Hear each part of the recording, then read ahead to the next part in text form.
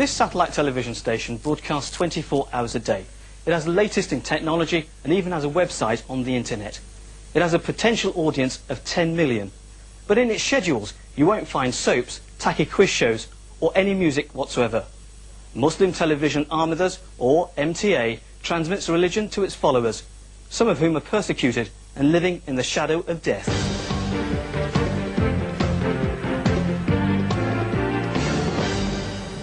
This building in suburban Putney, South London, is the unlikely setting for one of Britain's least known TV channels. Mirza Tahir Ahmed, supreme head of the Ahmadis, is surrounded by bodyguards as he prepares to broadcast from the movement's London mosque.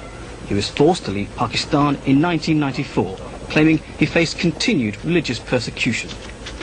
I cannot declare myself as a Muslim.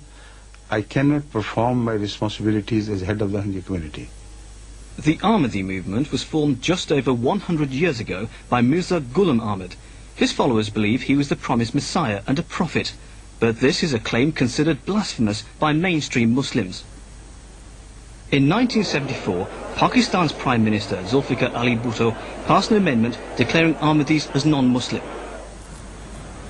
10 years later, General Zia dealt a further blow to the Ahmadis when he banned them from reciting their affirmation of faith known as the Kalma. Today, Ahmadis in Pakistan who practice their faith in public face not just 3 years in jail, but a possible death sentence for blasphemy. In a bid to communicate with 4 million or so Ahmadis that remain in Pakistan and 6 million others scattered across the world, the movement set up MTA, Muslim Television Ahmadi. Broadcasting just 3 hours a day when it began in 1994, today the station transmits round the clock, right across the globe. While in Pakistan, it was impossible for me to keep my relationship with Ahmadis of Pakistan alive. So there had to be something where we could bridge that gap. This MTA has done that. So much so that beyond our imagination, it has provided me also the opportunity to reach other non-Ahmadi homes, even the mullahs' homes. Nasir Ahmed is a chairman of MTA and, like many of his colleagues, juggles a business career while working as a volunteer in the station. We are totally self-funded community. We do not have any political or any national support from anybody. We work for MTA as part of our commitment to the community.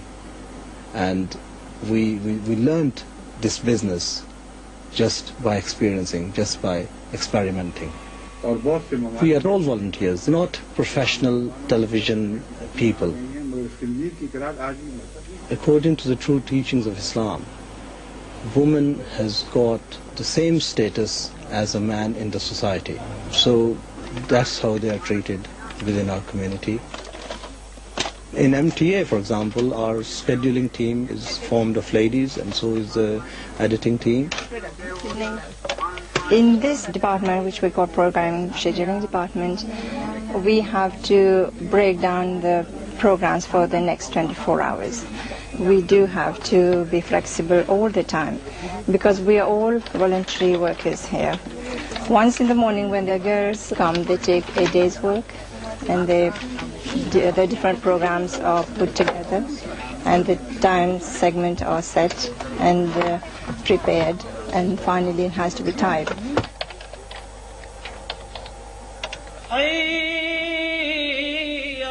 The Friday sermon in South London gives Ahmadis the opportunity to convey their message throughout the world. It's being transmitted live into the homes of Ahmadis as far afield as Indonesia, Canada, Pakistan and Africa. For those who don't understand Urdu, a team of volunteers translates the sermon into a number of different languages. Then the stains that you have, they will be removed from your person, because ills and goodness, they do not grow together. Righteousness.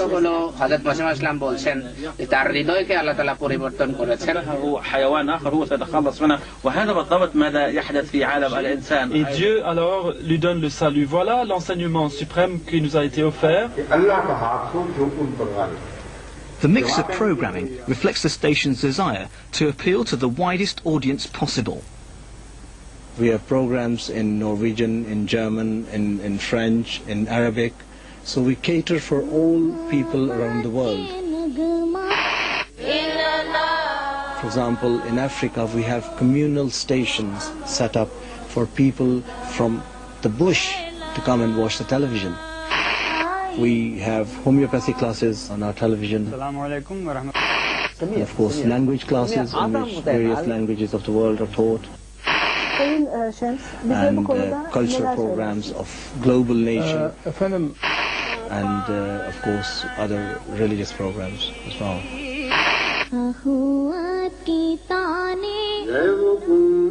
Now we have reached that stage of a momentum which I'm sure cannot be stopped by any part of the world. My message, it has to be love, and love for all, and hatred for none.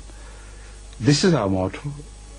So thanks to MTA, now I'm everywhere, not only in Pakistan, but also throughout the world. The problem for Sunni and Shia Muslims in Pakistan and elsewhere who regard the Ahmadis as heretics is that, short of destroying the satellite, they cannot stop these bolts from the blue.